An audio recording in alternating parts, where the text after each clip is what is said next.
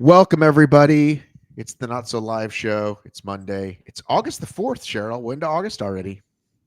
Already into August. Who would have thought? Already into August, and I'm scheduled for a haircut tomorrow, thankfully. I like to go on a haircut before I go on a trip. I'm about to go on another trip. We'll get to that later.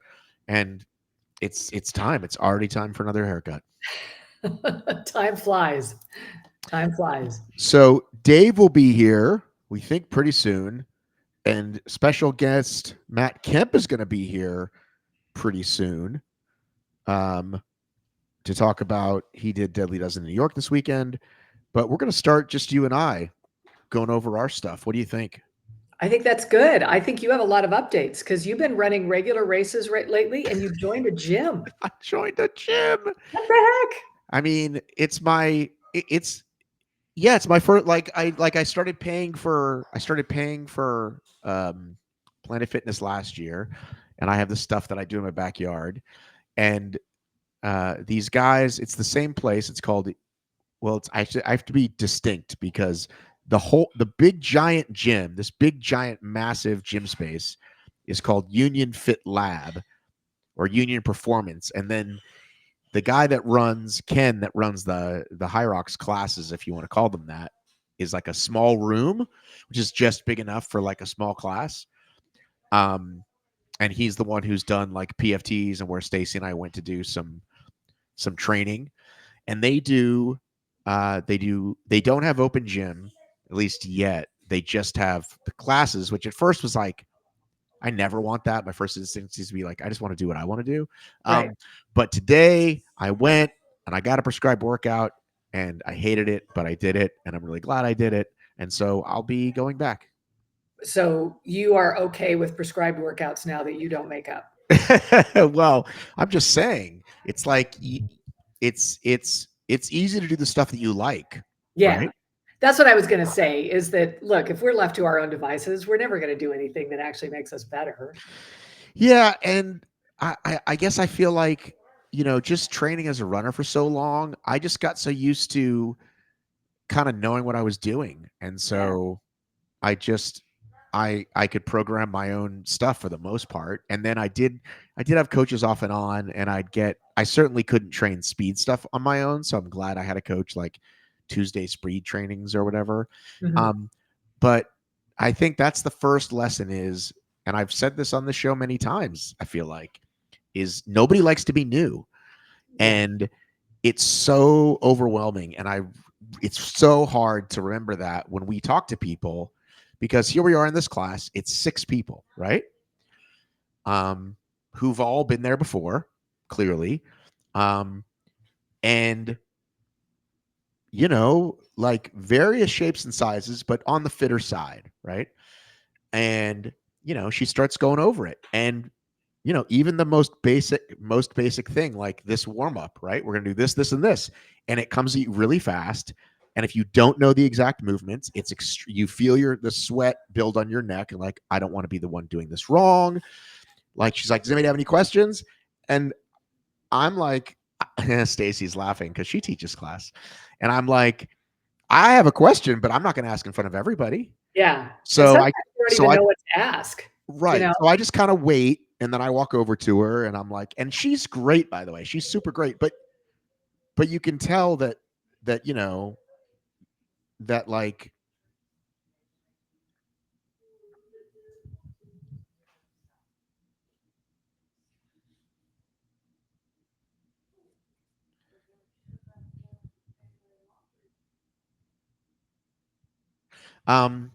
but she's just going through it. And so I go and I ask for some help, and then I got there early because I didn't even know if, like, are we going to stretch? I don't know. I know I need to stretch. So I got there early and I started stretching, and I saw they were doing what turned out to be the end of the workout, which was part of it was kettlebell swings, and not just kettlebell swings, but there's a word for it. So you swing, you come down, you stay in the squat, and you bring it up about halfway. Okay. Do you know the name of that one? No, I saw it on your list and I can't remember what it was, but I thought it was curious. Yeah. So I said, I'm not a really good hinger. You might need to help me with that. And but it's again, like if you don't know what to ask for, it could be super, super, super overwhelming. And then, so we do that. And then there was the Kettlebell reset swings. That's what it was. reset. Yes. Yes. So it was a 3-part thing, right? Right. So the first part was warm up, which they called, was it ignition? I don't Yes. like the words for it. I'm looking at the photos you sent me. Yes. The first is mobility, then it's Mobility. So then ignition, which again is just the warm up, right? right. She called them speed skaters. I'd never heard them called that before. What do you usually call those? Is she talking about see, now I can't think of what I call it because now you said speed skater, so it's messing me You up. you But I do don't look know. like a speed skater if you're Yeah. No, it's slowly going yeah, back it's and like forth. the ice skater thing. Yeah. But and again, like that and mountain climbers are pretty basic workouts. But if you haven't done it, it does take your brain a second Mm, to, like, I had to watch people. I'm like, oh yeah, that's what that is, right? mhm, But mhm. it's not like just her pointing to it. I'm because again, I couldn't remember if the mountain climbers, if I needed to like kick all the way out. I was just like, I guess I haven't done things in a while. So anyway, River's saying hi. Hey. And so then we get to the actual workout. Um, but when she said we're getting to the workout, and so this one was power, and I think the way they do it, they have 3 different workouts. They have a power day, endurance, and I forget what the other one is. But so this was, I didn't care. I was just like, I'm signing up. Mhm. I met this guy over the weekend, and I'm like, I'm signing up. Remind me to go back to that to talk about why I signed up. Um, and it's there's 6 of us in the room, and it's 4 stations, and we're gonna rotate, right? Right. So she's like, but part of this will be a partner workout. And I immediately look around the room and I'm like, there's a younger ish white chick who I would certainly be embarrassed if I didn't know what I was doing. And there are these other women who look like they were already friends, and then one dude. And I immediately start walking over towards the dude. And my instinct was correct because she was like, okay, you two start here. And so had I been by this other chick, and again, who cares? And it's like you can see that so easily now, but in the moment, it's like, oh my God, I don't want to get stuck with some 25-year-old fit chick who's gonna have to stop and explain shit to me. Right. Right. Stressful. It's hard to be new, man. It's It hard is. to be new. And then with this guy was like helping me on some stuff, and uh it was like, if I introduce myself to this guy later, and it's like, oh, you're the hybrid fitness guy, shouldn't you know more? Like, I'm so embarrassed. You know what I mean? But I was telling you in my messages that, like, I know that I don't have great core strength, and I know that I don't hinge well, and so my back was just like on fire, like Mhm. for most of the workout. Which your words stuck with me, Cheryl. You're like, people will do anything to not experience pain. And I really, like, my brain goes to like, something's wrong, I'm going to injure myself. And it's not true. I mean, sometimes it is, but in Yeah. this case, it's just, yeah, I don't use those muscles very well. And I Right. haven't. So I went up to the woman after the coach and I said, hey, like, what do you think? And she's like, well, like, do these exercises, most of the ones that I know, like, do these exercises, which increase your, you know, core strength More strength and right. and using your back more. So there you go. How great is it going to be if you're consistent at this, like 6 months from now, Oh my right? god. It's going to be So great. listen, I'm here to be an avatar of the yo-yo diet and the person that can't stick to the program. Like, listen, folks, I'm out here just like many of you, really struggling because I got back on measuring my food today, back on getting on with chat. Like, I thought this is a great way to start the week. Monday workout. Let's measure the food. Let's get back on it. So here we are. Listen, you can always start over. And Back so on the horse. so Yeah, it's day one. We're back there. Um, absolutely. so here's what happened. This guy Ken, who owns this gym, he hasn't even been at the when we had those HYROX days, but we've messaged each other a lot. And then I saw him at the HYROX in Georgia, and I reached out to a lot of people as we talked about. But remember when HYROX, and I was like trying to like Mhm. the sponsor that shall not be named, who totally blew me off. And this guy was the guy that connected with me, and I said at the time, and I said on here, like, that's who I want to be with, right? People that are willing to. So we started talking, like, um, he said, I saw you went to that sim. Like, we should do that here. And I said, absolutely. He's like, well, I've got insurance and I've got the license, and like, let's make it happen. And between the two of us, we could probably put on an amazing event. And I'm like, you're right.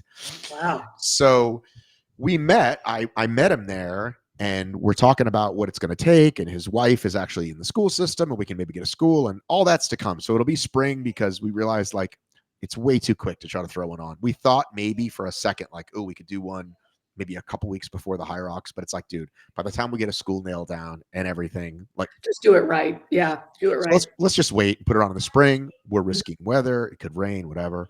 And then I was like, all right, listen, I know you got these classes. I should just sign up. He's like, probably, but he was totally like, he wasn't hardcore about it. And then I was like, about to sign up for 3 months. I said, show me on the phone where to do it now. And it's right through Wi-Fi. And he said, listen, 6 months is cheaper. And if you do cancel, I'm not going to ding you. So just sign up for the 6 months, because it's 149 instead of 189 or whatever it is. Yeah. And it's as many times as you want to come. And it's a great place, and it's at a cool spot. And they got a shower. I went today. I dropped my kids off at school. I went there. I showered and got on with my day. And yeah, it feels good. So I already Yeah. put it on my calendar. I signed up for Wednesday. I'm going to go to Okay. Wednesday's. I'm sorry. Yeah, Wednesday I go on my trip, but not till the night. So, and then when I get back, I'll try to get into. I think 3 days a week will be a good routine. Yeah. I think and it sounds like you have it already kind of built into your day, which is going to set you up for better success too.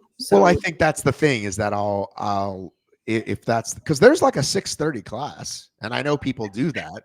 I'm not doing that, right? it's pretty AM or PM. What are you talking about? A.m. Yeah, I'm not up for that these days. Yeah. Even the 7:30 though was more crowded than my class. Right. You know Right. what I mean? Like, that was, I think, probably had like 10 people in it. But again, the idea of everyone's more fit than me, everyone knows more than me, all that stuff. And here we are. We always tell people, like, just sign up. You know what I mean? And it's like, it's really hard. It And is. like, had I not gone over to her, she might have corrected my form, but she definitely did during the workout. And by the way, that workout, that 20-minute WOD, basically, it goes so fast, you don't have time, right? Hmm. Like, Hmm. one of them was a row, one of the sections was a row, but it's got a thing, and it's some app, obviously, because it goes 3, 2, 1, go, and then it goes, and It's then like the start tunnel in HYROX, right? exactly, and then with a few seconds left, it goes 3, 2, 1, stop, Right. and then you kind of have 30 seconds, a minute. I don't know how much time, but so I the saw one, on your workout that it was a 40 seconds on, 20 seconds off. So you had a 20-second transition to be able to go to the next thing. And then you work for 40 seconds and then you go, right? God, in my mind, we were working for a minute and a half.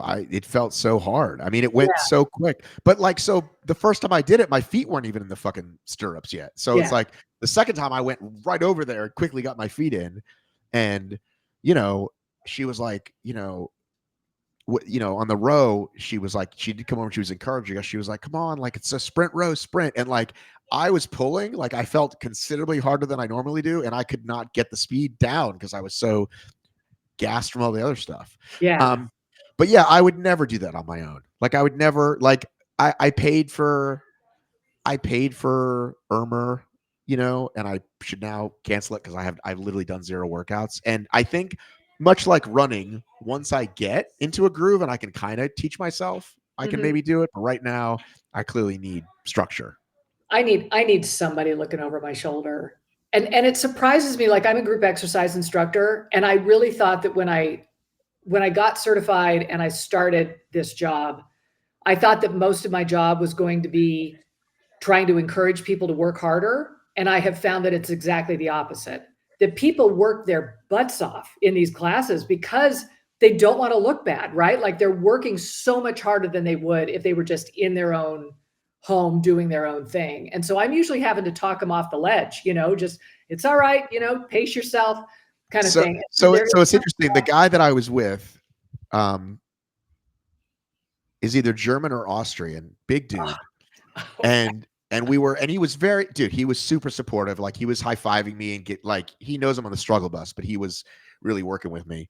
And when we did, one of them was, what is it called?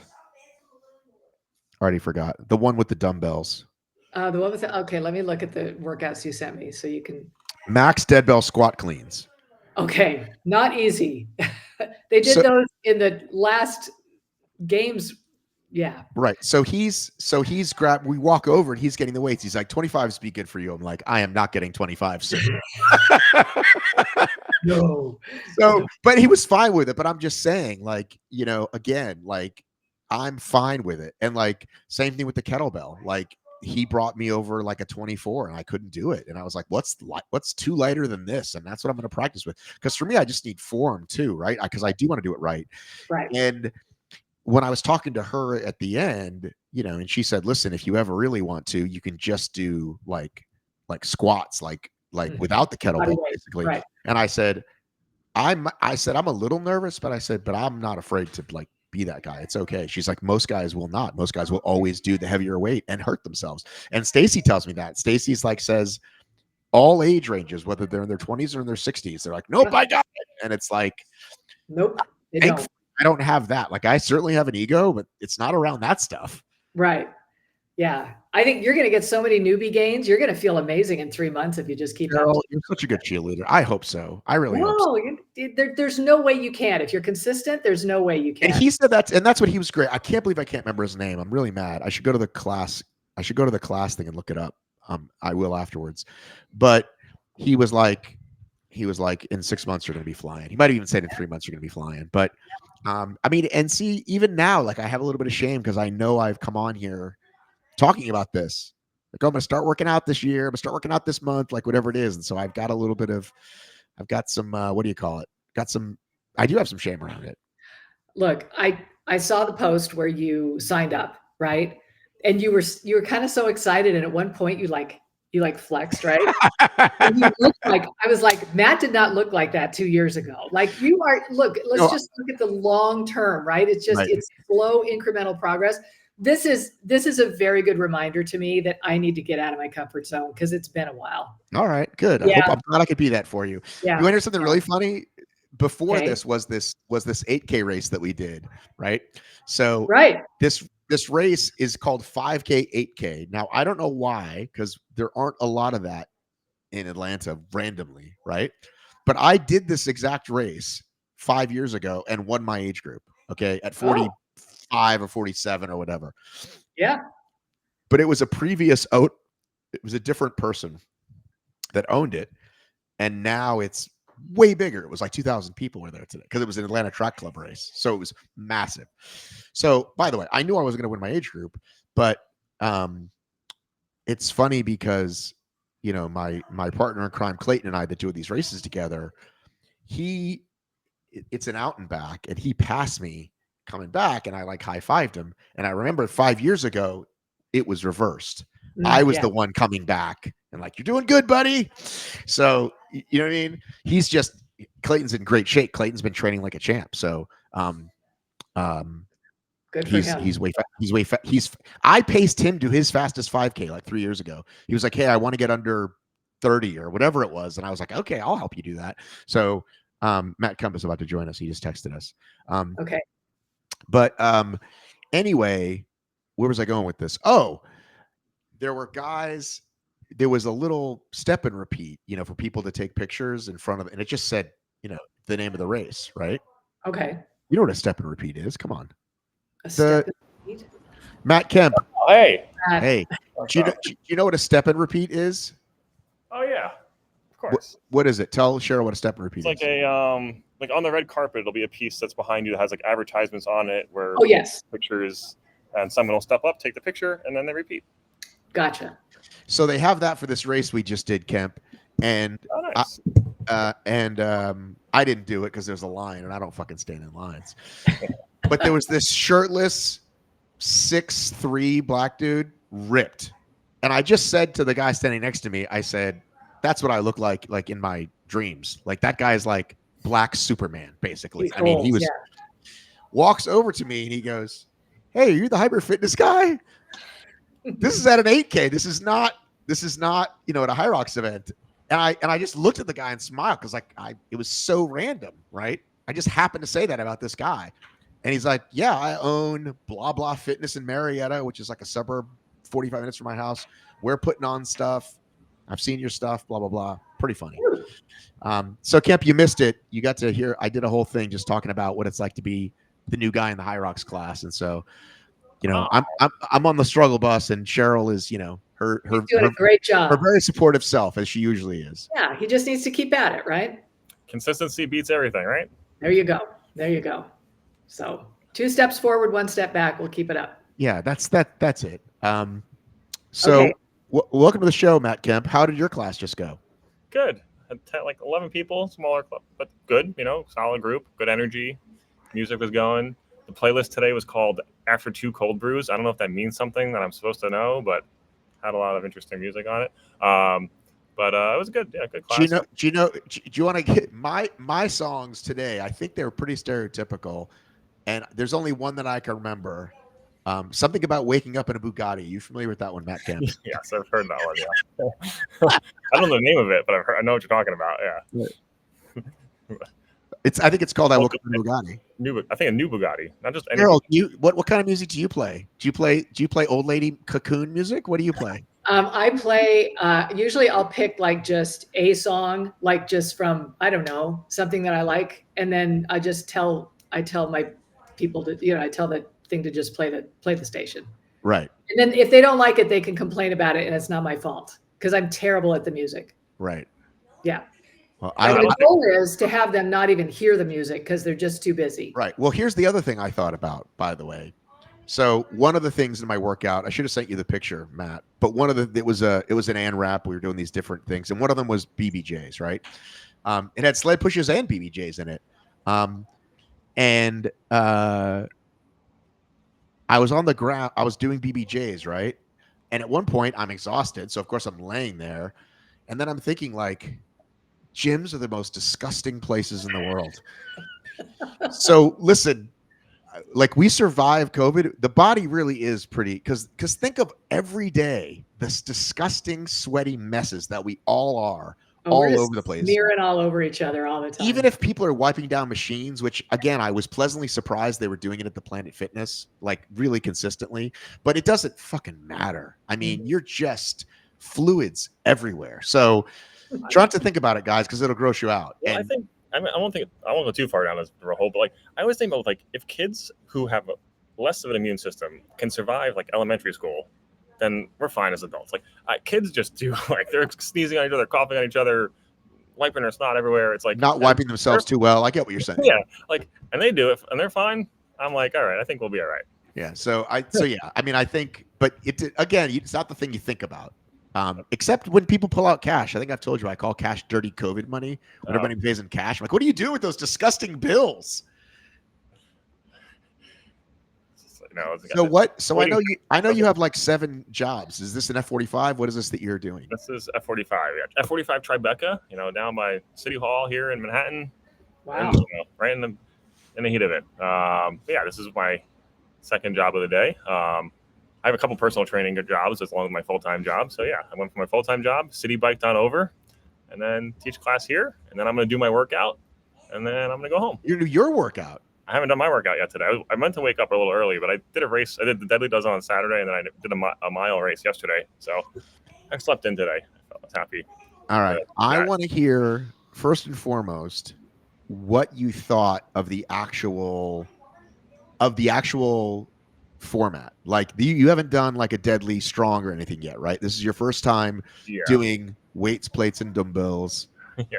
The track workout for all ages. Tell me what you thought about the workout. It was good. I think the workout itself is good. It was very very shoulder heavy. Everyone was a lot of overhead movements to it. There's clean and press. Especially the second half of the race is all overhead. We said the first half is very hinge heavy. My lower back. I think it's number 4 is the goblet squats or 5, but the first one is you have deadlifts. I think you have the farmer's carry, then deadlifts, and there's something else. Oh, the snatch. You have the deadlifts and snatch, and then squats. And I was like, man, my lower back is tight. And then the second half of the race, it's all overhead, a lot of overhead. But I don't think it's like anything that you can't like necessarily train for. Like at first, I was thinking like the 30-pound push press, like two 30-pound dumbbells. It's like this is a lot to push press, 60 times. You know, the six. That's the thing. I think the 60 count rep is like high. You know, it's a lot of reps. But like I didn't. It never felt like totally undoable. Like I never got to. I was never at a station where I was like, I'm just gonna have to quit. You know, I never felt like that, or I don't think people really felt that way. It kind of was just like, all right, you just gotta break it up in sets of 5 or 10. It kind of felt like doing wall balls multiple times. You know, it was like, all right, I'm not gonna be able to go unbroken on most of these things, so you just gotta find a way to break it up. And it's like, How competitive were you feeling though? Were you like, I gotta get my age group today, or hey, this is just a trial for me? I wasn't feeling that competitive because I was like, I just haven't been doing enough hybrid workouts. I'm kind of like on the upswing of getting back into it. I've been just doing kind of some easy runs. I've been dealing with this bullshit shin splints for a while and hamstring stuff. I finally feel like I'm getting through it. But I haven't had consistency lately in my workouts. So I've just been I was like, all right, I will say I did kind of time out my estimated times for the workout. I was like, all right, if I run this and that, and I was like, I'll be around like maybe in the 50s. Somewhere. Finished like hour 13. I like crumbled. It was also just like some of the stations were just taking me so much longer than I expected. The running was like okay. I went out way too hot, and I knew that at first, but I was like, all right, like the farmer's carry, I'll slow it down, and then I'll run a little easier on the second run, and kind of like, but it was just like, I think after the burpees, I was just like, oh, I just always hate the burpees, and they're right in the middle of the race again. But yeah, as far as like the format of the race and like the weights and so on, I think it is. I don't want to say I think it's like almost a little bit more like anybody can just show up and do it than HYROX in some ways, except for the like push press. I feel like there's some people who maybe if you can't push press 60, two 30-pound dumbbells, that's a lot. The one difference we were talking to, like I was there with a group from a gym in Brooklyn called Invincible Fitness. I'll give them a shout out. And they're saying the women's weights were like most of them are 50% of the men's weights, which is a little weird, like a little bit too. They were saying like it's a little too light difference. Like it's mostly CrossFit kind of stuff is like 60-70%. I think HYROX is around that 70% mark also.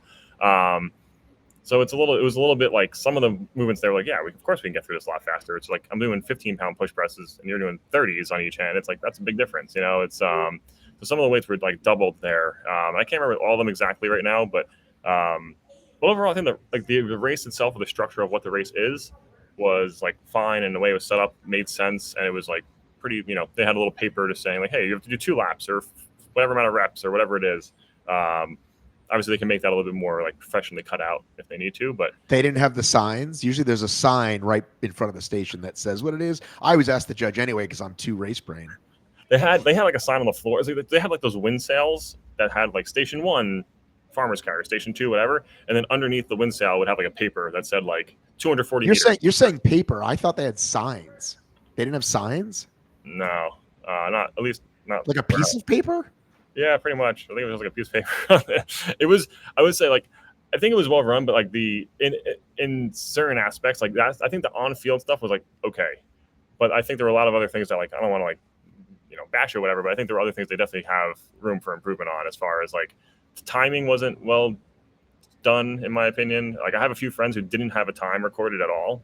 They didn't seem to really care, but like they didn't have a ton of finishers, but like I was like, if you're trying to be a competitive race, you cannot mess that up. Like you can't have people's times just not on the site. Like they searched his name and he was like just not there. It happened to multiple. Like I was in a group of like surprises me because I thought the like, guy the New York New England guy is this guy who runs a timing company. I thought that was what his strength was. Yes. I don't know. I just know there were a couple people like I think there were 11 of us in a group. Did they fix it?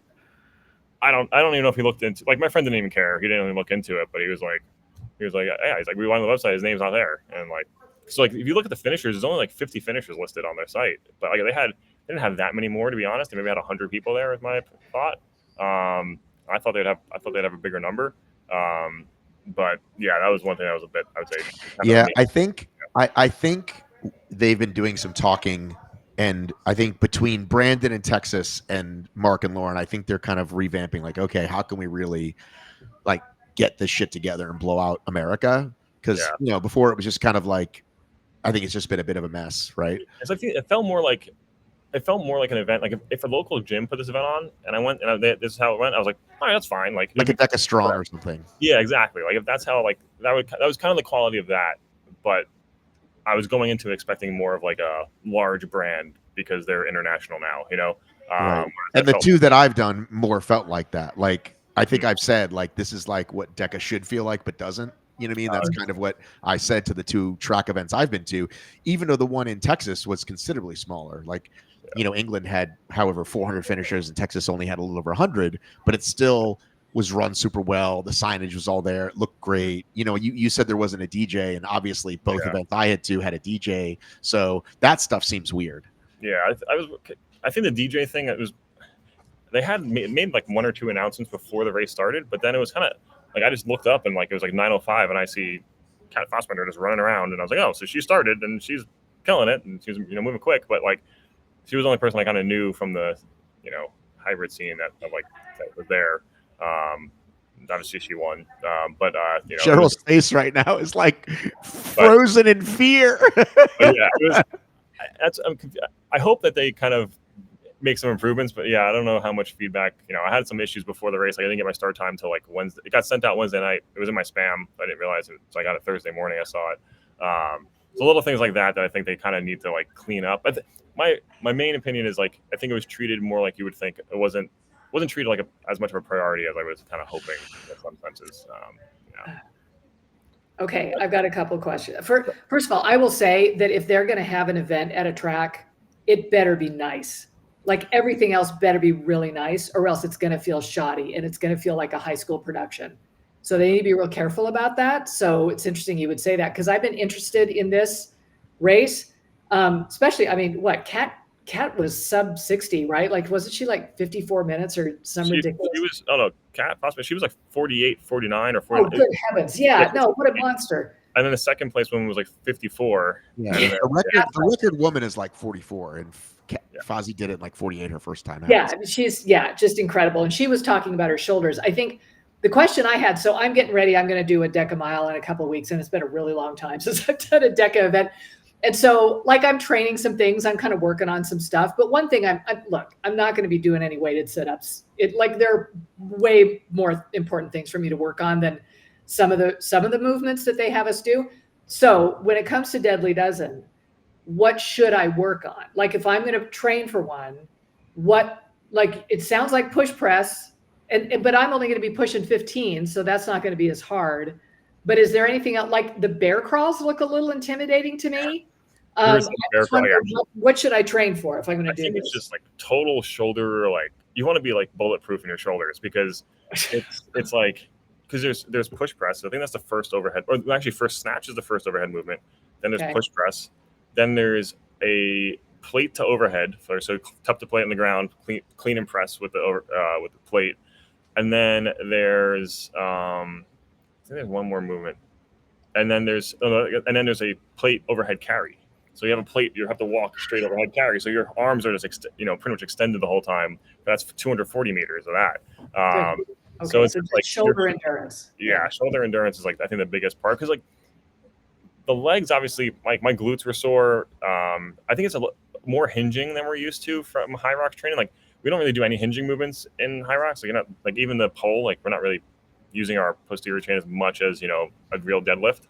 And the deadlifts are it's like even if the deadlift I think for men's 70, for women's I forget what the women's weight was for the kettlebell. It's 60 reps at 70 pounds. It's like still a lot of reps and you're trying to move quick. And then the snatch, the same, kind of similar thing. You're using posterior chain again to kind of get that up there. So it's just, I think it would be like, I think the thing that actually was toughest for me is obviously the overhead. But I think one thing I've gotten used to, and you said you're doing a Deca mile, which is something I probably need to do some training. So I would need to do some training of that kind for Deadly Dozen because it's only one lap, so it's 400 meters. You don't get as much time to recover in between stations. It's like I think for HYROX, I've kind of trained my body like 1,000 meters takes four-ish minutes, but more than 4 minutes.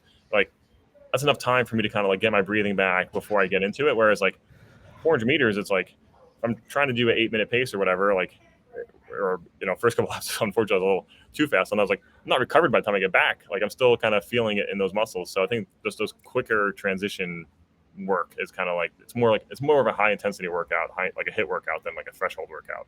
Wow. Okay. Which is kind of, I think that was like those are the two biggest things, like the shoulders and just more like condensed recovery. Yeah. Interesting.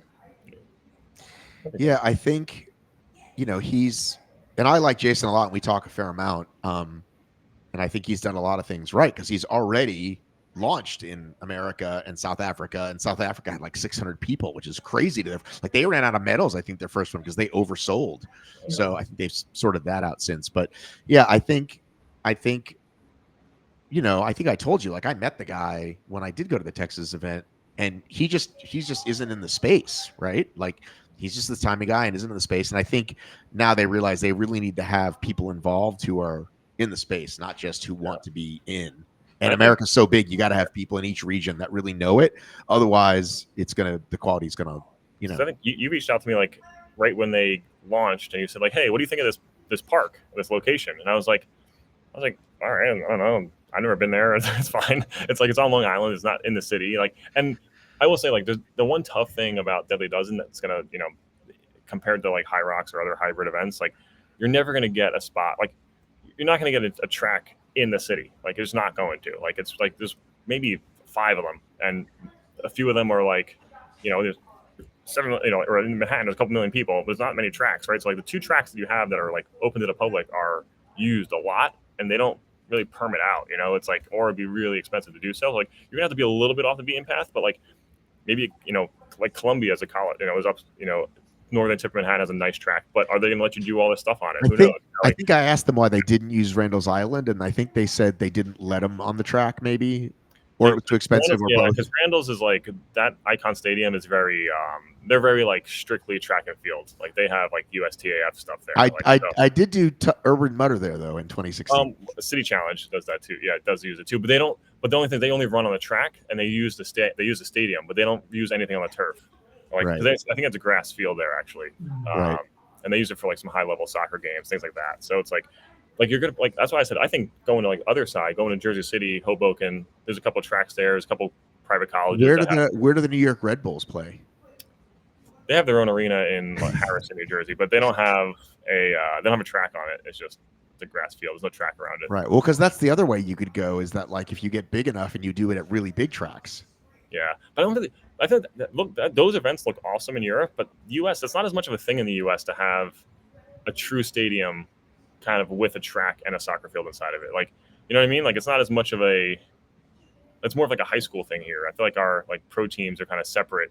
Like if you look at Red Bulls, you look at any of the pro soccer teams here, none of them have a track around their field.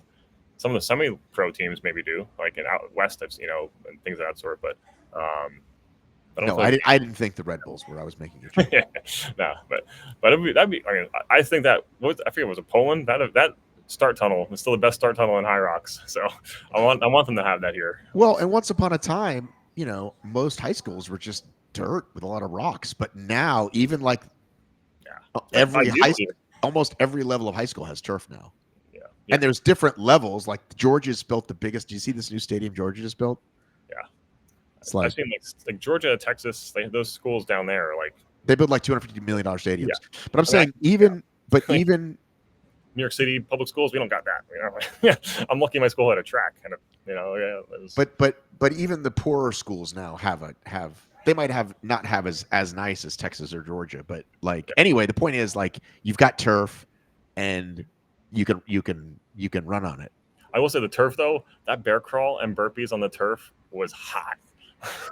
Like bear crawl is the fucking worst, dude. It was bear crawl. I was my everything I hated myself. Like glutes hated me, my hip flexors hated me. Definitely something I could work on as a taller guy. But do you think in the fitness space world, do you think there's like, what we have so far, which is basically HYROX Deca and a bunch of HYROX Sims now, right? Do you think like it's something that like has a chance? If they narrow their thought process, yeah. Like even like you said, like they have like this. I think if they focus just on the run, like the Deadly Dozen race, the track race, it's like I feel like they're trying to do everything that everyone else is doing at one time. Like they have the deadly ski, the deadly row, the deadly whatever. I told them there's too many of those It's for too many, sure. like reading the rule book, I was like, I mentioned this, like the rule book to me was like, I'm like, what is going on here? Because they have like so many variations already, and it's like I just want to know what I'm doing this weekend, like, and I want to be able to focus on that. And like I think that it's one of those things where if you try to do everything, like you can't please everybody, right? So like just try to focus on one event, and I think the track event is the closest thing to like a HYROX or a DECA that could actually like kind of get that mass participation to it. Whereas like the row, ski, like those are fun gym events, but like you're not going to get that like until you get proof of concept on the track event. People aren't going to start doing the ancillary event, right? Like no one started doing these HYROX sims for money until HYROX was big, right? Like it wasn't, it's a chicken before the egg kind of thing, or egg before the whatever. That's kind of, they're trying to do everything else that everyone else is doing because they're doing it. And it's like, just if they get the Deadly Dozen race done well, then I think, then people will start to jump on it. Because I will say, like the one nice thing was $100. HYROX, it's cost me $200 now. It's half the price.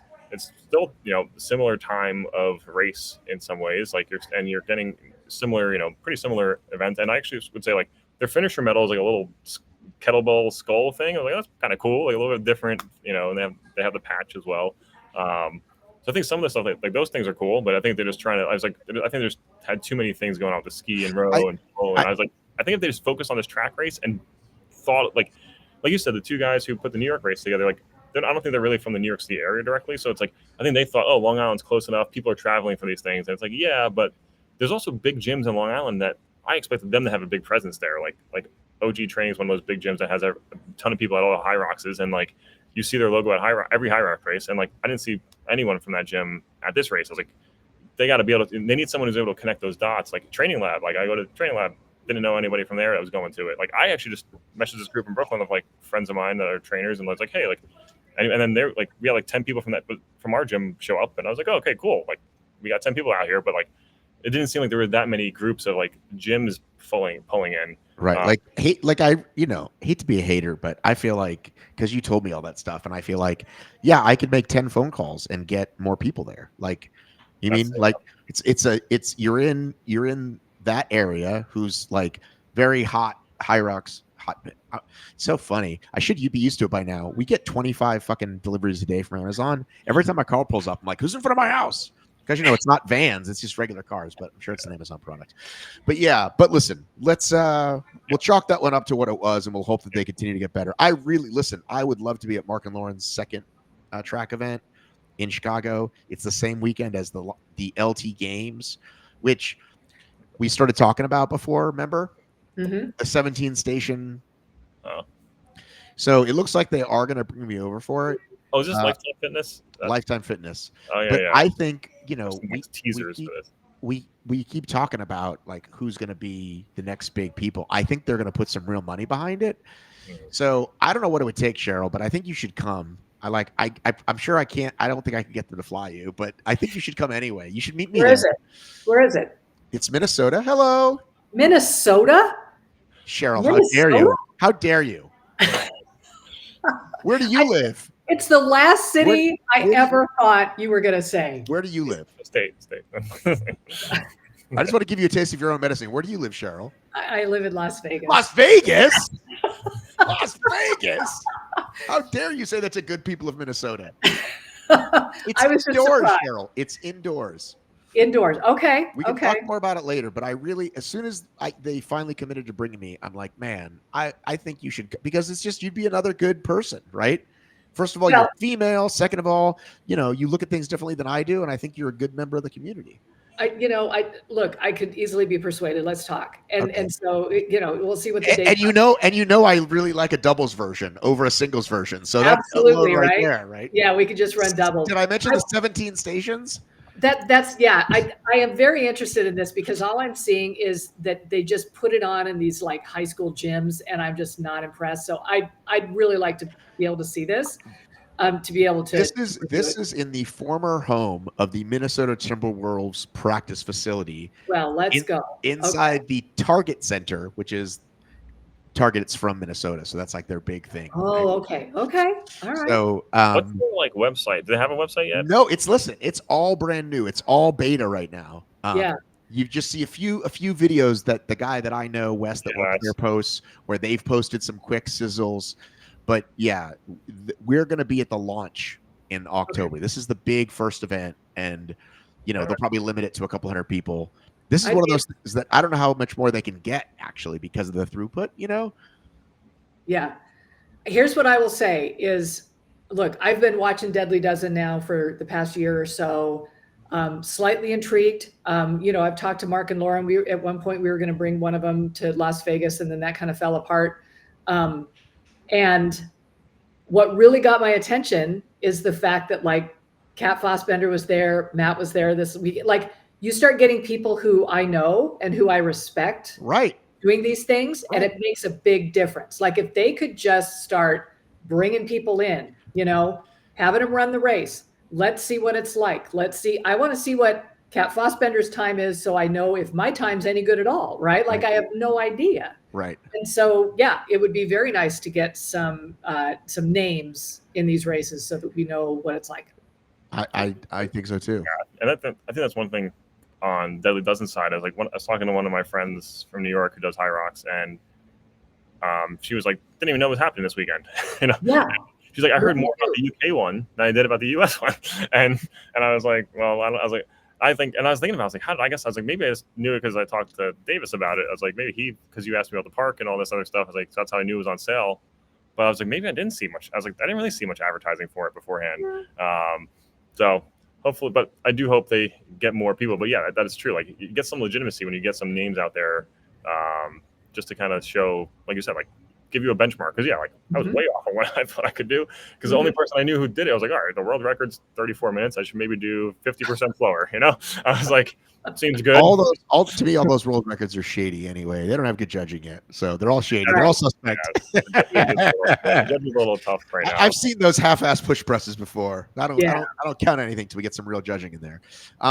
But did you see breaking news? They are going to have a world championship next fall. That actually is a cool way of doing it, saying like, oh, our Deadly Dozen is there 12 people from each thing. I was like, oh, it's a good, I don't know, good way to use their name. Yeah, it makes a lot of sense. Let the record show he wanted to. I said, wait a minute, now I can't remember. I think I said call them the Deadliest Dozen, and he said no, they're going to be the Deadly Dozen. But now I can't. I was going to say I can't remember which one I recommended. They're both good, but shouldn't you be the deadliest if you're the top 12? I feel like Elite 15 would be like the equivalent of Deadliest Dozen, and then like age groupers would be like the Deadly Dozen of their age group. Right. Well, there you go. I like that. I like that. Yeah. So UK, I think they're going to have UK Championship, World Championship. They're going to have money for all the things. And again, I do admire that he didn't do that year one. That he said, hey, we're not going to do that year one or year two. This is year two. Let's wait. Let's get it better. Let's get our P's and Q's tied. Let's get better judging. Populate the leaderboards. Yeah. So I think he's doing it. I think he's doing it. Well, I mean, I think he's got a very, very, very. Everything okay, honey? I think he's got very wide, like big eyes and like big appetite to do a lot of things. And some things I've said change this, and he agrees. Some things I say maybe he should change this, and he doesn't. But he's open to feedback. You know what I mean? So I have high hopes.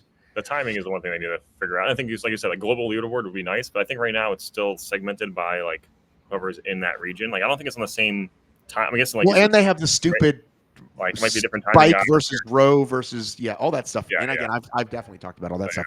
So Cheryl, you ran a race. No, I didn't run a race. I'm going to run a race. Okay. And I need your advice on it. On a 12K?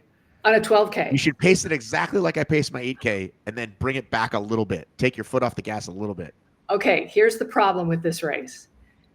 You don't win by running it the fastest. Oh.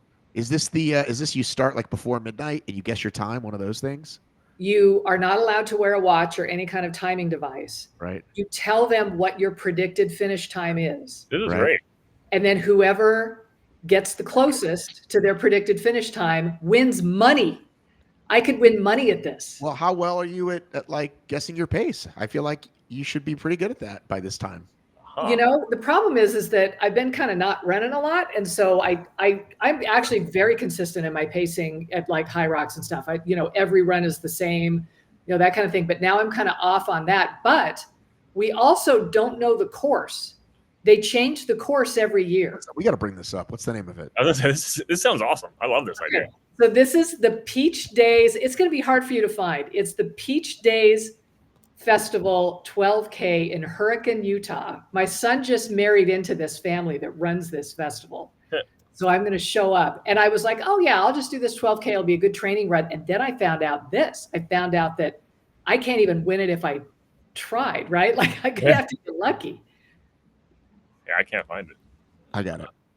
I found the 2021 City of Hurricane. It's and it's pronounced Hurricane, Utah. It was a bunch of British immigrants that pronounced it Hurricane, so we pronounce it Hurricane. Well, that's the same as West Virginia, where Rally the Valley is. Oh, okay. It's also Hurricane. So, is it the Christmas tree festival? Is it men's slow pitch softball? Is it adult tumbling? Matt, do you want to coach any of these or take care of any of these leagues? Are you looking at their rec page? Is that what you're doing? Oh, you guys not see what I'm looking at? I don't. I only see the one page of like Greater Zion things to do. Yeah. So I will say there's not a ton of description. It's just that you just you guess your race time. You're not allowed to wear a watch, and so I'm just trying to figure out. I actually don't think I should pick a fast pace. No. Like what? So Matt, what would you do? Right? Yeah, why don't you pick a 10-minute pace and slow jog? Go jog 10-minute pace right now or when you feel like it, right? Right. And then kind of run that, right? I would say simulate like what you would do for your taper, right? And then like 1 week. Is it how far away is this? This is at the end of the month, so I've got a whole month. So okay. Like this weekend, like you do like a couple of days of like a quick like taper, wake up as if it's race day, and just run without looking at your watch. What's a slow jog? Yeah, what's a slow jog for you, Cheryl? Yeah. Okay. Oh, a slow jog's like a 9.5. Okay, then dude, that's what I would say then, 9.5. Okay. Because then if there are hills, I can mitigate that. Yeah. So I'm not trying to run this fast then. You think I'm finding a pace that's normal for me, and I know myself well enough to know what that normal pace is? Yeah, because I think people's egos are going to take over, and they're going to be like, oh, I normally run a 7:30, so that's what I'll do. I'll do a 7:30, and like they'll think that's the win, but the win is just... 12K is what? 7 miles? Yeah, it's like 7.5. So I kind of like the idea. Some kind of metronome, kind of, you know what I mean? I just need to find a bup, you know, whatever that cadence is. Whatever I can never. I got really good at pacing when I tried really, really hard when I finally wanted to break 2 at my marathon. Like that's, but I was working on it for a long time. Mm-hmm. Okay. I appreciate the advice. I hadn't actually thought about that, but you're right. I just need to go see, I need to sample myself and then make that decision. I think like just try to run for as long as you can and like look at your watch like very quickly, like for like after every couple minutes, and like am I at like I think when I got closest to pacing like on easier runs or kind of like moderate runs was like I would say okay, I think I'm at like 8:07 and look down like I'm 8:10. Okay, I'm at, and then eventually you kind of start to narrow down the window of like knowing where you're at. Yeah, that's actually, I kind of really like this idea of a race. I kind of wish I could do something like this. Kind of intriguing, right? In the past, have they had lots of hills though? Like it's got to be around the same.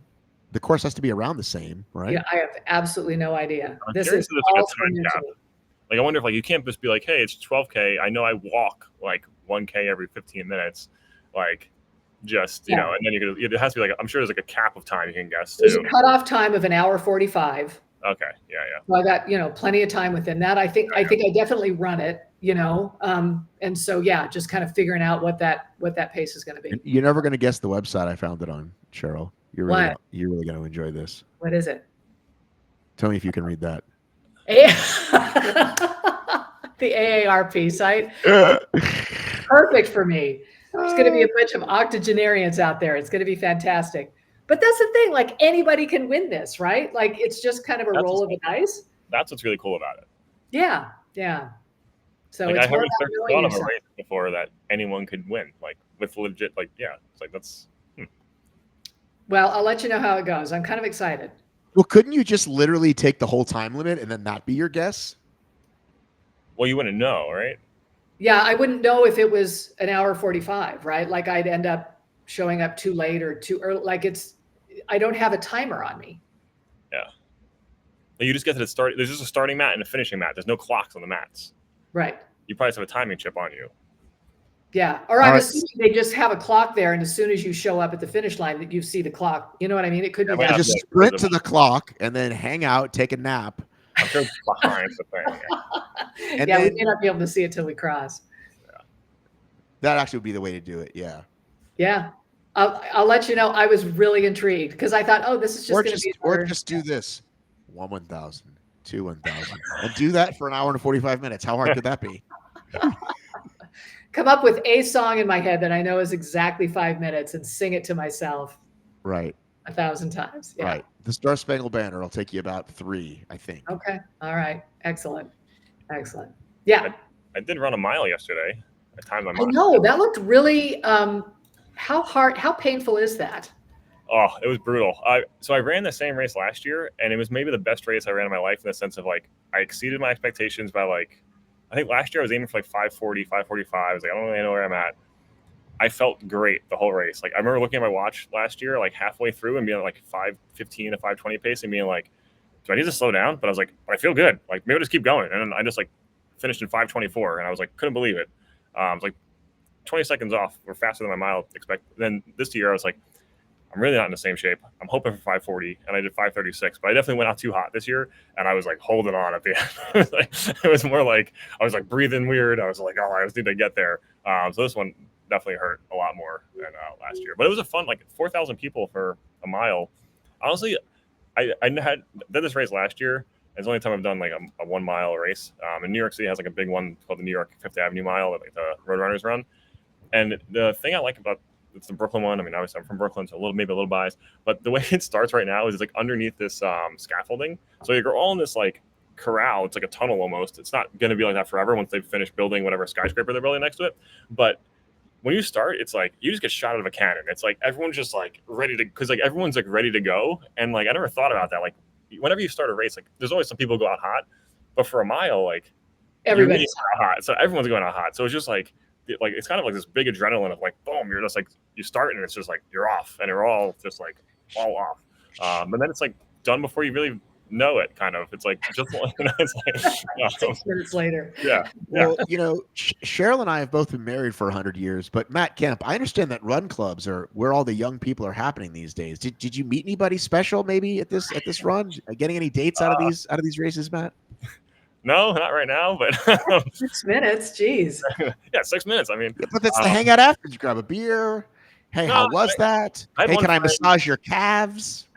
Yeah, I'm sure that's the line that works. Is the massaging the calves.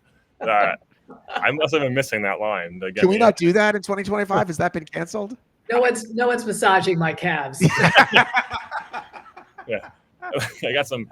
You know, but I'm totally open. I'm totally. If you want to give me a what's the word? What's the word for friend? If you want to give me, you can give me a platonic calf massage after a race, I will take it. Man or woman, I don't care. That would feel great. I mean, there's potential, I guess, but I haven't explored it as much as I maybe could. Maybe bring a Theragun or the small kind of Theragun and just be like, hey, can I give you a quick shot of this? Because then it's less intrusive, right? On the calves with the massage gun. All right, listen. Pocket, are you happy to see? Actually, I remember telling you this after I finished. I think it was Chicago, and there was like I was doing the men's pro at night, and it was like not many people left. And this one girl like a whiteboard, and she was like, anyone single? And she like watching the men's pro race, and there was a point of me that I thought like, should I just do that? I was like, yeah, I just kept running. I was like, I don't know who you are. Like, I don't know if I was like throwing a number out there, but like it was a big funny moment. Like if someone was recording, that'd be like a funny moment. Like, oh yeah, like whatever. But you weren't around to record it, so I definitely would have recorded it. Well, listen, Dave texted that he's not going to make it, so we'll save our CrossFit Games takes. But okay. we'll move on to Deca Spain. Who decided to gate their heats, much like Spartan did that 1 year or 2 years, and then they turned them back to not gated. So they announced that 30 men and for some reason 20 women would be eligible for these waves. So, why a different number? like that was the big mistake. Yeah. Well, they immediately changed it, but it's one of those like, why did you ever why did you ever? It's kind of like when OnlyFans was like, we're not doing nudity anymore, and they're like, okay, we heard you people, we're still gonna do nudity. Of course, Like, we want nudity. but that's what it felt like to me. Like, why would you? Like, it's Fun the first analogy. thing that jumps out at you. Like, is that a typo? 30 men, 20 women. Is that a typo? No. Oh shoot, we fucked up. I was assuming it was cultural. Maybe it's just kind of a. I know that here, and Yancey's real big on this, that here it's 50-50. There are as many women competing in DECA as there are men in the United States. I don't know if that's the case in Spain. Like maybe they really do have that different Well, of a. there's less women that do the elite waves in Spartan, but they don't then limit the amount that can enter. It's just not something you ever do. Yeah, that's true. There's no upside. Yeah. So, No, there isn't. if someone takes But one, the question is, do they need to do it at all? That's the question. Who's Well, being harmed? Who's they being went- harmed by slow people in the elite wave? they seem like they had a decent turnout last year, right? So it seems like they're just trying to make it more a legitimate or more more exclusive, maybe give some more like hype around it. I don't know if I agree with it necessarily, but because do they do the elite heats first thing, right, for DECA? Not anymore. They're doing them in the afternoons. They kind of shut down the age groups. There's usually a few age groupers still out there. But I don't know if that's true in Spain. I don't know if Yeah, it may not be true in Spain. I think I'm just trying to translate this to United States and what I so okay. So one of the more recent races, the one that Tara Jackson won, right? This was in the Carolinas, that really hot building. She came in at 35:09, and she admits that was not her favorite race, right? I mean, we know that there are women who, can smoke that time, but 35 is really respectable, and a lot of elites can do it. By the time you get to the 10th participant in that race, 103. Yeah. Like there's a huge cliff that drops off, and then you've got these people out there who really aren't necessarily representative of the elite sport. Yeah. Like I think they're just there because they couldn't get into age group or something. I'm not really sure. But I think some people know that they're signing. Like I have two friends I was talking this weekend, and they signed up for women's pro in Boston doubles, and they just didn't know. We can't help you if you don't know. That's and that's the thing. I think that's what happens sometimes. People see like the first link, they're like, "Oh, this one's open." 45 sounds good to me. Yeah, like come on. I got shit to do. Yeah. But I think there's part of that. But I think the only reason I can defend the gating of it is that first heat. Like if you want to televise and stream that first heat, you don't want to. But they do that anyway, though. Isn't that what they do that anyway? But you can kind of like prioritize that group so that you don't have a 35 in an hour in the same two people running those spaces in the same heat, right? You don't want to have someone that can lap the other person, like completely do the race again before the person finishes, right? You want to have a competitive heat to stream. So that's the only thing I could say could be maybe the defense of it. But I don't even know if DECA Spain is streaming the races. I don't know. But that's the only thing. That's where I can see it maybe mattering. But even then, like you don't have to do it. You could still put all those people in the same heat. Like you don't pick a specific. Actually, DECA, you do pick a pretty specific heat time. You pick a 30-minute window, which is interesting. And then you kind of just wait in line until they send off 7 or 8 of you. But I think that's where they can kind of improve a little bit. Is there a sale going on? Oh, no, there's a fire truck back there. He's in New York, man. Firehouse across the street, yeah. I think about it. I know we'll probably talk about the Mo interview in a minute, but my ears really perked up when he was talking about their choice to change the 60s back to open weight. And one of their considerations was logistics. Like they just feel like for the vast majority of 60 plus are going to run a slow enough time that it's actually going to gum up the system. And I can appreciate the fact that as race directors, they need to be kind of mindful of that. And I have to wonder if there was something to be said about that as far as the elites. So why not just put them last then? Yeah, well, I guess you don't necessarily know, right? And I think, and so what I sort of have an issue with the fact that they're cutting the time at 40 minutes, which is, I think, pretty. Like that's not generous at all. Like you could have made it 50 maybe or 45. I don't know. It seems like they really want to move things along is what it sounds like to me. Let's have a look. Let's go to the leaderboard right now. Let's see who the fastest 40 minutes, where that puts people. Okay. Because I'm 40 minutes, Matt. Like I'm not sure they should let me into elites. You know? you should be at the AARP convention that's happening Exactly. in In Hurricane, Hurricane, Utah. That was amazing. That was the best thing to happen tonight. Yeah, I'm always curious like what should the cutoff time be, right? Like because it's you want it to be high, like you want it to be exclusive enough, but yeah, 40 is kind of. I think 40 is going to get. Look, when I'm looking at this race in the Carolinas, Okay, I'm going to tell you what number that would 40 is. cut it off at 4 people. Are you- 4 women ran. Are you ready? Yeah. Okay, so the first name that I recognize below 40 is Nick Fisher, my buddy Nick Fish. Races with Emmy all the time. She's 40.08. Okay. She's 44 years old. See, now men 40. Carmen Licht is younger, and she's at 40 minutes. She's in the 25 to 29 group. Hannah, is it Francois? Franciosa? 39.43. This is the 37th fastest woman is 39 minutes. Like, you're getting pretty far down. So basically, that's what they're saying. Like, you need to be in the top 40, basically. Allie Tippett's is 38 minutes. I'm trying to think of anybody else's any names people recognize. Karen Guidry, 37.37. Emmy is 36.34. But I'm sorry, am I missing something? So that's what Spain wants to make their cutoff is a 40-minute. For women, I know it was 40 minutes. Heat, to be in that elite heat. Yes. Yes. And they're like, oh. So they're going to make, I mean, so they're not going to have anybody in this.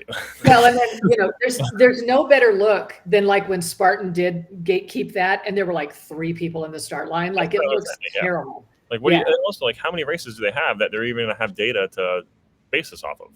Like, right. That's where I'm kind of like, well, they do 6 a year, 7 or 8 a year. Okay, that's more but maybe they're going to start including, maybe they'll include Italy, or you could do any DECA if you've done any DECA anywhere. Yeah, they probably look at your finish time if you've run age group and if you've run within a certain time. But it really does, boy, it makes those elite races look really peaked. Yeah, I'd rather see, like, I don't know.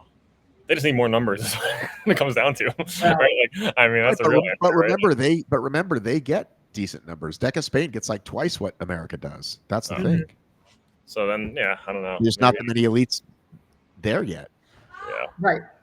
So it's still going to be a really, really low number start line, which is just going to look kind of terrible. I mean, like, but why aren't they getting more like UK people? Let's say. I don't know. Maybe it's like the New York Deadly Dozen. Nobody knows it's happening. Somebody's got to do some marketing. I mean, again, their numbers are way better than America's, though. But like, you don't see those big names like you're talking about. Yeah. Right. Yeah. Yeah. They just haven't gotten the same like allure worldwide that HYROX has. They don't have like the same presence. But yeah, DECA would be. I mean, yeah. I don't know how it would be from the UK to like for them to travel to Spain for it, or if that's not like because I mean they'll travel every single weekend within the UK, whether it's No, but they do the most HYROXs too. Yeah. Like, what's his name just put it out? Like Rocksoft or one of those guys just put out like percentage of athletes of the world. Enormous. Yeah, enormous from the UK, right? And it's like if you put it at like to scale of what their population is, it's like it's more ridiculous. Spain's a short trip. You can take the Channel. Yeah. So I hate to bring this up. Why are you laughing? It's real. I just forgot it existed. It's like I haven't heard about that since like junior high. I don't know. The Channel? Yeah. Do they call it that anymore? I don't know. Cheryl, do they call it the Channel anymore? I call it the Channel. I thought everybody called it the Channel. Yeah, they still do it. I just forgot it existed. I don't know. Yeah. No, it's easy to get places. Do you remember in was it Ocean's 11 or 12 where they needed the drill and the only other drill they had was the one that dug the Channel? Remember? I've only seen the first one. Cheryl, you live in Vegas. You should know all the Oceanses by heart. I should, but I just thought the second one was so bad I don't even remember it. So there's certain movies that I literally can't tell you, but the difference between 2 and 4, right? Yeah. Ocean's is one of them. The first one is like a classic, right? Yes. And Stone Cold Classic, amazing, right? Yeah, and the rest of them are The rest just of them run together. But I've said before, I feel the same way about the Bournes. The Bournes are all like, which one is it? 2 or 4? I can't tell yeah, or the Matrix. you. Yeah, 2 and 3, I can't tell you the difference of either. Exactly. And 4 was not good. Also, No. the channel goes to France, not to Spain, so they're not like they still have to go all the way. Yeah, it'd be a flight. Did you just look it up? Yeah, I had to look it up. Like I can remember about this. I gotta look this But thing tell up. me, do they still call? I don't feel like they still call it that. It says the channel. Yeah, I don't know. Google has it as a channel tunnel. Okay, let's go to chat. But I googled the channel. And that. Oh, it's a nickname for the channel tunnel. So yeah, it's still there. I know, but no one uses that phrase anymore, like you said. Yeah. Eurotunnel, le tunnel sur le Manche. Oh, that's so much fancier. Good job, guys. Okay. The point is, it's a short flight, or the channel will take you over there, and they certainly go there for a lot of decas. They've got that. I forget the name of it. Ryanair. It's like our Spirit, but it's worth it because it's like $12 and you fly to the next country. Pop over. Mm-hmm. Yeah. All right, let's talk about this podcast, Cheryl, since you brought it up. This podcast, the Rocks Life one. Yeah, with Mo. Yeah. So I don't know. It was just honestly for me, I kind of appreciate.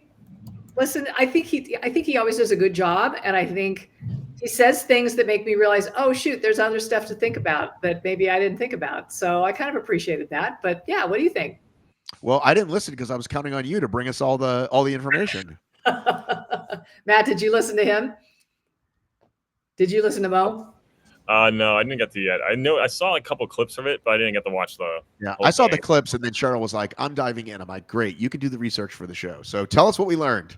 I actually feel like Greg gave him a lot of just softball questions that were just, an opportunity for us to sort of rehash everything we know about, say, the sleds, and in Chicago, and how they really feel bad about that, and now they're working on the sleds now. They feel like they've taken care of the carpet, and now they're just working on the sleds. And so, we will give that to them. I think they are consistently trying to improve, and that was definitely the message. He did talk about the penalty box being after wall balls, right? So there are no penalty boxes going to be within the race, but you will incur penalties as you go throughout the race. And then after you finish the wall balls, what I thought was kind of cool is that they're trying to incorporate the screen that counts your wall balls to then count down the amount of time you have to wait before you can run to the finish, which I think is kind of cool. So you're looking at two things? Yeah. No, you finish your wall balls, and then there's a countdown on that screen. So let's say you incurred 40 seconds of penalty. You get to 100, and it goes, yay, 100. And then it changes to be 40, 39. But what if I've already left? Well, you better not leave if you've incurred penalties. How do I know that I've incurred a penalty? That's a good question. I guess we'll have to find that out. But I like the idea of using the technology. Like if they've got it there, it would be a great way for everybody to be able to. So it's a great Elite 15 solution, but it's not a wide solution. Yeah, that'll be like Elite 15 only, I think. Yes, and that's why I don't. Right. So that's my biggest question: is when am I informed I have a penalty? Yeah, I don't know what they're going to do. Hey, by the way, when you finish your wall balls, make sure you know what I mean, like while they're doing the wall balls, as they approach the wall balls. Well, no. So I think that is an Elite 15 solution. I think for the rest of us, you know how people cross the finish line and then they find out that they skipped a lap and there's a penalty. I'm saying the Elite 15, they're going very fast. When are you stopping to tell them they have a penalty and for how long? Yeah, that's a good question. I think all of them knew before. First question I would have asked. Come on, Greg. Come on, Greg. I think for that one, I think sometimes they get notified of like their judge is with them for most of the race. Like when they get the yellow card, red card thing, they're notified right there. I think it'll be the same idea. Like, hey, you got a red card that's 20 seconds, or you got a red card that's whatever. Yeah, I would think that they would be because they were informed this last race. Like they would find out. They were going, race. Okay, so let's say I leave the ski erg early, right? Mm-hmm. I pull 985, and I think it's going to go, and so I kind of wait. And it starts ticking, and I take off, and it's 997. When do you tell me? When I get to the next station or at the end of the race? I think yeah, as soon as I the can. I elites think find out. Say that again, Matt. as soon as you get to the next station, I think like when you're running, they're not going to tell Right, you. but that's what I'm saying. You think I don't know. That's the important stuff I want to know. How do we enforce this penalty that you've now done? My thinking is that like for those kind of penalties, I think they get notified when they like the next time they're interacting with a head judge, right? So like they're not interacting with a head judge on the course, but the head judges probably know, okay, whoever's coming in just got this 3-second penalty or 10-second penalty. As they start their push, you got to be like let them know you got 10-second penalty. Like that's like at that time, like as soon as you can tell them, but like you're not going to tell them like not going to run. I just don't know in what other sport are you told about a penalty that you're not actually like stopping during, because anywhere else a penalty stops play, right? Yeah, but like if you look at like the triathlon, like that Super League, they kind of do like a penalty box thing that they hold people to the side to, right? Like mid race, like they just have a judge like, hey, you got to stand here, and or like all right, so it does have. I'm just trying to avoid. You ever watch speed walking in the Olympics? You ever see that? I mean, I've seen videos, but I've never watched it. It's very like I mean, it's amazing. It's really it's more intriguing than you would think. But like one, I don't know how the hell they walk that fast. But if you get caught with both feet off the ground, they literally just put you into like there's like a track penalty box. They pull you out the next lap. You have to wait there for however many seconds, and then you can go back to walking. Right. So it's like it is. I just never liked the idea of it's the same thing we talked about in DECA. It's like somebody throws the thing down, so you got to go back and get them and penalize in the middle. I don't know. It's just listen. It sounds like this is better. We don't want the first person across to not be the winner. So I like this the improvement. I just want to hear them say, and this is how we'll do it. If it's a time penalty, if it's a leaving too early penalty, we'll do X. If it's a this penalty, we'll do it then. You know what I mean? Like, because like the okay, so let's say the burpee broad jumps, right? Mm-hmm. If you're warned once, okay, yellow card, and then you do it again, red card. But red card is just a do-over. It's not penalized later. No right? Time penalty there. Yeah. It will be now penalized later. Because they're getting rid of the meters thing, right? Mm-hmm. They're getting so if I do 3 bad burpee broad jumps, 2 of them I'm getting a penalty for. Mm-hmm. Whatever that penalty is, that's going to be added to the clock, and we hope they don't fuck that up. Like, okay, add 50 seconds to timer number 6 and not accidentally on number 7 where so-and-so is. Like, it seems like it could be messy. It could be. But let's move on to the next thing on there. What's the next thing we wanted to talk about on HYROX Life? Well, just I do think I will say that he did mention triathlon. And so I do think that they're sort of, and we know that they have a triathlon background. And so there's definitely that. Well, then that would beg the question, why would it take them so long to figure this out in the first place? I know Christian has a triathlon background. I don't know if Mo does. Talk to you. Mo has a field hockey background. This is why they don't talk to me. Mo has a field hockey background, but Christian is the guy that invented like not triathlons in Europe, basically. Okay. So what was the other thing? The old people should be last because they're old. I think that, I can see as race directors, they are concerned. I mean, Matt's got friends who are signing up for Women's Pro. There are apparently 60-year-olds who end up signing up for Pro that don't realize they're signing up for Pro. And let's face it, the vast majority of us are quite a bit slower than the average folks, which I don't know. I'm not sure I actually believe that because I see people coming through in 3 hours, right? Like, I'm not so sure you can just lump all the 60-year-olds and say, oh, they're slow. I think there's a lot of people who are slow. And when they show the last finisher of the day, it's not usually a 60-year-old. Right. So I'm not so sure that maybe there's some ageism going on there. I don't know. But anyway. Is that a fix for just world championships or like championship races, or they're saying that in general? In general. Okay. Yeah. Championship races, I can see the difference but like they're only competing, taking the best of the best numbers. But when you take the big lump, it seems a little. I think as race directors, they may have a lot of evidence to prove that it really does gum up the system. And so I think they're trying to mitigate that. And so I can appreciate that. I'm not so sure what we 60-year-olds are going to do as far as racing pro, except just not qualify for worlds. We may just hop in on that. So I don't know if anybody else, I think we're good on that, right? Okay. So he was talking about the doubles races. We've got men's doubles elite and we got women's doubles elite, and they're not going to be introducing mixed doubles for a while because they can't figure out how to make sure that the man doesn't do all the work. Right? Like they don't just want to have some really strong guy and just have her running along.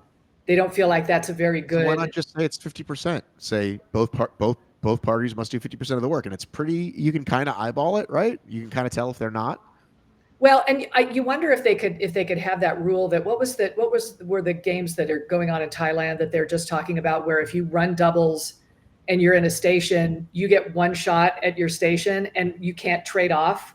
Like you get to do it for as long as you want, and then the next person has to take over and you can't trade it back. I thought that might be a good solution. But what's their concern with like that not happening now in mixed doubles? Like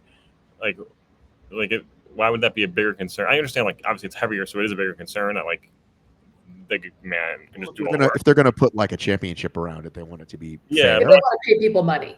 Yeah, but like, okay, I guess that makes sense. Okay, because I was saying they could be doing. They don't think it's right now if they wanted to. I think the first time I saw mixed doubles was like the first time I heard of Dylan Scott was like 2022 in New York. He won like the men's individual, and then he ran mixed doubles later that day, and I think he did the whole sled push and then did the whole sled pull. But he's mixed a lot of other things, but like Right. it was just like whoever his partner was, and they won because and but yeah, and that's just not good TV. That's true. That's right. I mean, nobody wants to see that.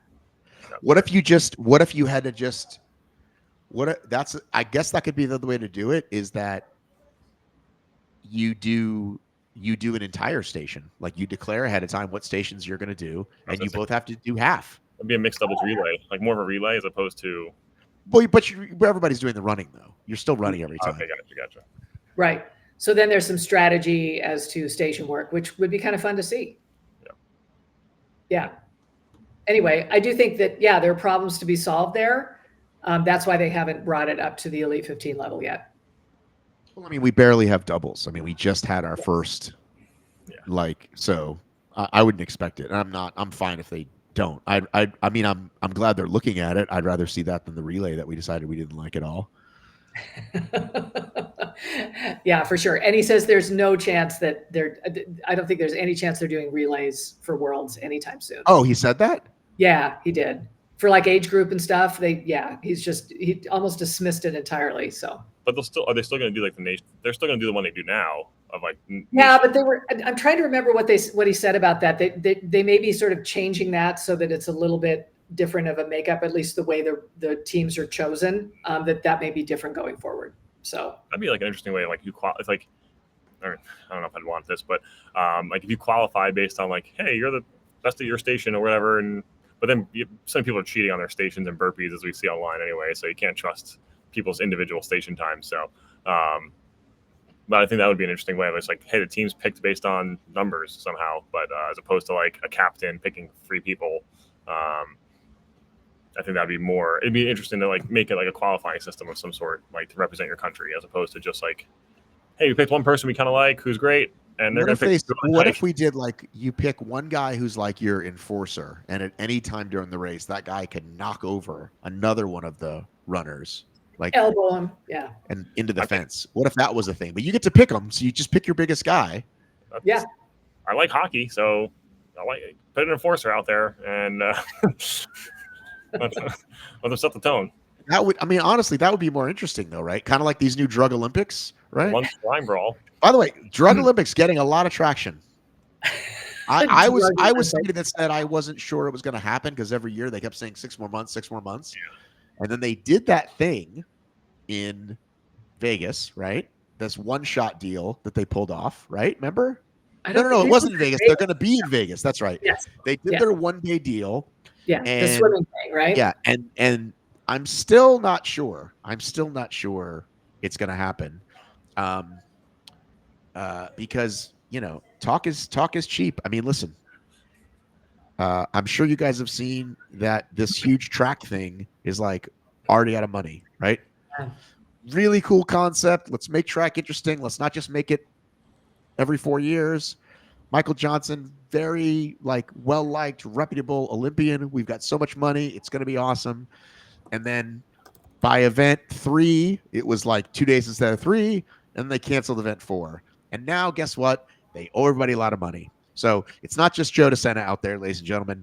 Other people, although this is only a few weeks late, not as late as Spartan is right now.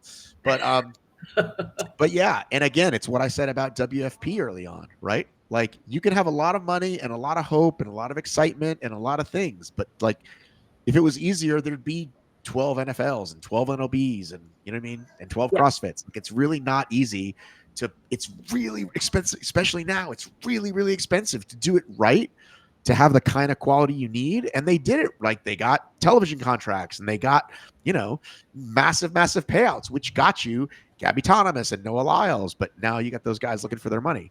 So, like, could they possibly have a second investor if the first one dropped out? They need sport washing. You know, they need that. Well, I mean, I guess my thing is like the only way to succeed now would be to scale back, and that's really hard to do.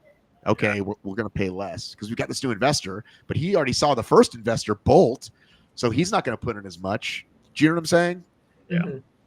So I kind of feel the same way about the Drug Olympics, right? A lot of money, a lot of we're going to do this, and this, and like.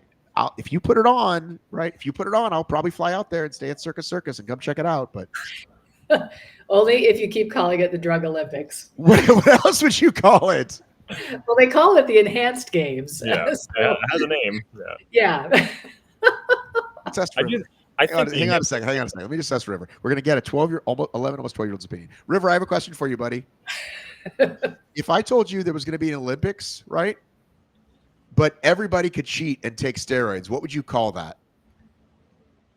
What would you call it? The blank Olympics. What would you call it? He doesn't know. He has no answer. Would you call it the Drug Olympics? Is that a good name for it? What's better, Enhanced Games or Drug Olympics? You're leading the witness here. Yeah. I gave a choice. I will say Enhanced leads me down a different path, right? So I don't know if that's the best name for it. Is that because you watch too many late night TV commercials, Cheryl? All I'm watching are just like, commercials for, any kind of pharmaceutical. That's all my TV. So. And you know what? Now that you said it on this feed, it's what you're going to get even more. I know. I think the Enhanced Games, Drug Olympics, whatever you call it, like, I think what their thing can be, I think what you're seeing become more successful, like with these newer sports, like if you look at like American Ninja Warrior, it's all about going viral for a few seconds, right? That's what all the big leagues are trying to do that too. Like I hate it because like I love baseball and I want to watch an MLB clip, and the clip starts and the ball's like being pitched to the plate already, and I'm like, I don't know does this matter? What's the score? What happened here? Like, is the count? Who's playing? And it's just like, watch this play. And I'm like, I don't even know what's going on in the game, but they just care about like, oh, this guy made a great play or hit a crush home run. That's the problem is like they're missing the context. Right? Matt, you and a bunch of 7-year-olds, a bunch of Cheryl's friends feel the same way, right? Yeah.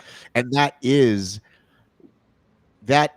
Listen, I haven't watched a baseball game all the way through in like 20 years, right? Not even like maybe a World Series game 10 years ago. I can't even remember the last time when the Sox were in the series. Probably the last time but I can say that as a young man, when I loved sports and I started reading about baseball and learned like how much is going on if you've got a man on second, let's say, and then whatever the circumstances are, and then literally every pitch has a different set of like if you're into the game, that shit's all interesting, right? Exactly. But to the average fan, it's just like TikTok clip, right? Like that's all that fucking matters. But I think that's what they're doing is like these big leagues, and we'll bring it back to the Enhanced Games in a second, but like they're dumbing down the sport, in my opinion. That's why like I umpire kids baseball. It's like they're trying to trying to get these kids to understand the strategy of the game. Like there's a lot of strategy. That's what makes a game great, in my opinion, right? Like all these changes they make to sports at the big league level to kind of like make it more fan friendly. It's like, well, yeah, it can make it more fan friendly for the people who aren't fans.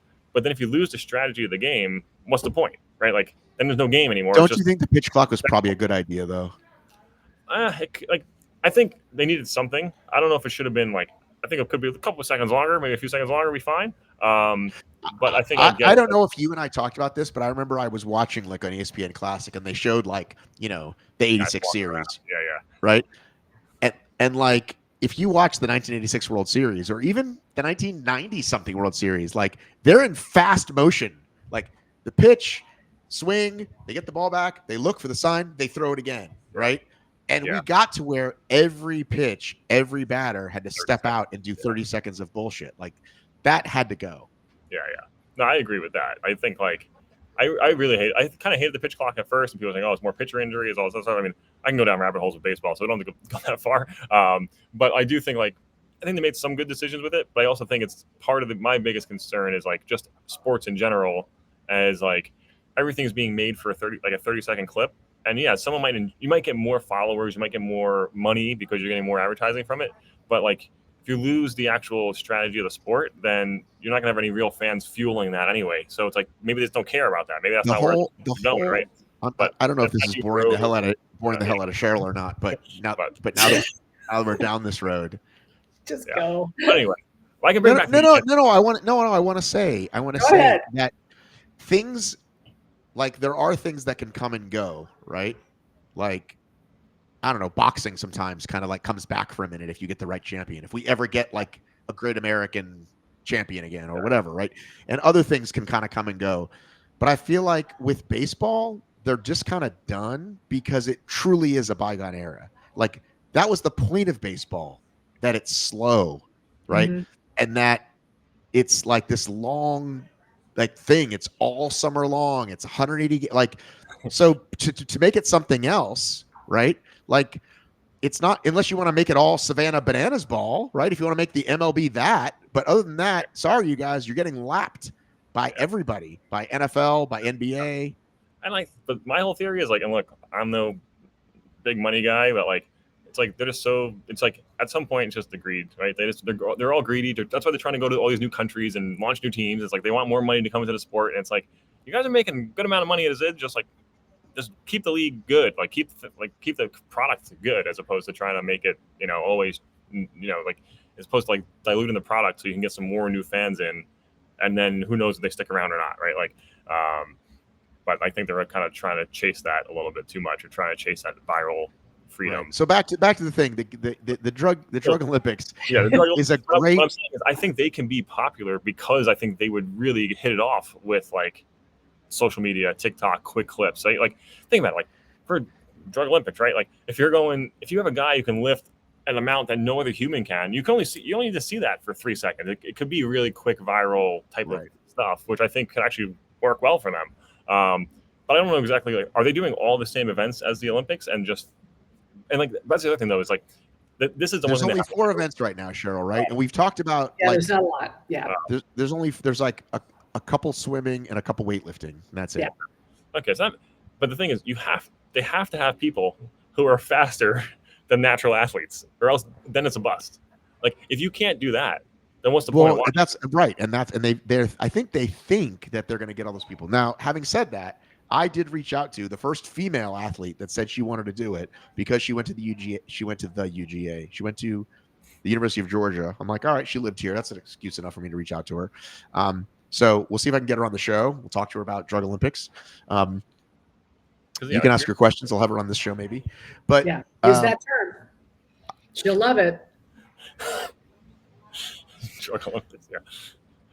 The drug Olympics sounds like a frat house party. All right, well, let's wrap it up unless there's any other burning questions you guys had. I think we're good.